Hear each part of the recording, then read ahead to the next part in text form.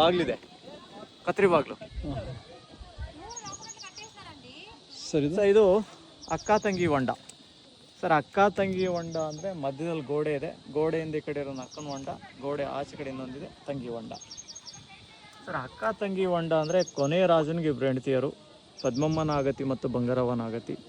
1779ರಲ್ಲಿ ಹೈದರಾಲಿ ಕೋಟೆಯನ್ನು ಮೋಸದಿಂದ ಗೆದ್ದ ಹೈದರಾಲಿ ರಾಜ ವೀರಮದ್ಕರ್ ನಾಯಕನ ಸೆರೆಡ್ಕೊಂಡು ಹೋಗ್ಬಿಟ್ಟು ಶ್ರೀರಂಗಪಟ್ಟಣ ಜೈಲಲ್ಲಿ ಬಂಧಿಸಿದಾಗ ಅವ್ನ ಹೆಂಡತಿಯರಿಗೆ ಏನಾಗುತ್ತೆ, ನಮ್ಮನ್ನು ಸೆರೆಡ್ಕೊಂಡು ಹೋಗ್ಬಿಟ್ಟು ಅವನ ಆಸ್ಥಾನದಲ್ಲಿ ದಾಸಿಯರ ಥರ ಸೇವಕಿಯರ ಥರ ನೋಡ್ತಾ ಅಂತೇಳಿ ಅವರಿಲ್ಲಿ ಆತ್ಮಹತ್ಯೆ ಮಾಡ್ಕೊಂಡ್ರು ಅಂತ ಹೇಳ್ತಾರೆ.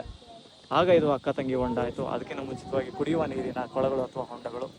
ಸುಮಾರು ವರ್ಷ ಮಳೆ ಬರಲಿಲ್ಲ ಅಂದರೂ ಈ ಭಾಗದಲ್ಲಿ ಆಳು ಕಾಳು ನೀರು ಏನಕ್ಕೂ ಕೊರತೆ ಬರ್ದಂಗೆ ಸುಮಾರು ಹೊಂಡಗಳಿಂದ ಹಿಡಿದು ಕಣಜಗಳಿಂದ ಹಿಡಿದು ಎಲ್ಲದನ್ನೂ ಕೋಟೆ ಒಳಗಡೆ ಮಾಡ್ಕೊಂಡಿದ್ದಂಥ ಒಂದು ಬಲಿಷ್ಠ ಕೋಟೆ ಅಂದರೆ ಚಿತ್ರದುರ್ಗ ಕಲ್ಲಿನ ಕೋಟೆ.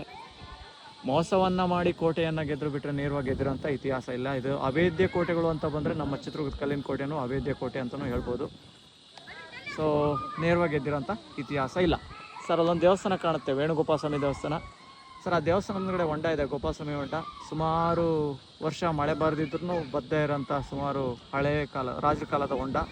ಗೋಪಾಲ ಸ್ವಾಮಿ ದೇವಸ್ಥಾನದ ಮುಂದ್ಗಡೆ ಇರೋದ್ರಿಂದ ಅದಕ್ಕೆ ಕ್ಯಾಜುವಲಾಗಿ ಗೋಪಾಲ ಸ್ವಾಮಿ ಹೊಂಡ ಅಂತ ಕರೀತಾರೆ.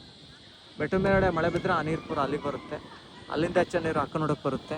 ಅಕ್ಕನೋಡದಿಂದ ಬಸ್ಸಂಥ ನೀರು ತಂಗಿ ಹೊಂಡ, ತಣ್ಣೀರು ದೋಣಿ, ಸಿಹಿನೀರು ಹೊಂಡ, ಸಂತೆ ಹೊಂಡ, ಈ ಥರ ನೀರು ಹಂತ ಹಂತವಾಗಿ ಸ್ಟೋರ್ ಮಾಡೋಂಥ ವ್ಯವಸ್ಥೆ ಮಾಡಿದ್ದಾರೆ. ಅಕ್ಕ ತಂಗಿಯರು ಬಿದ್ದಾದಮೇಲೆ ಅಕ್ಕ ತಂಗಿ ಹೊಂಡ, ಅದಕ್ಕಿಂತ ಮುಂಚೆ ಕುಡಿಯುವ ನೀರಿನ ಕೊಳಗಳು ಅಥವಾ ಹೊಂಡಗಳು ಸರ್. ಈ ಭಾಗದ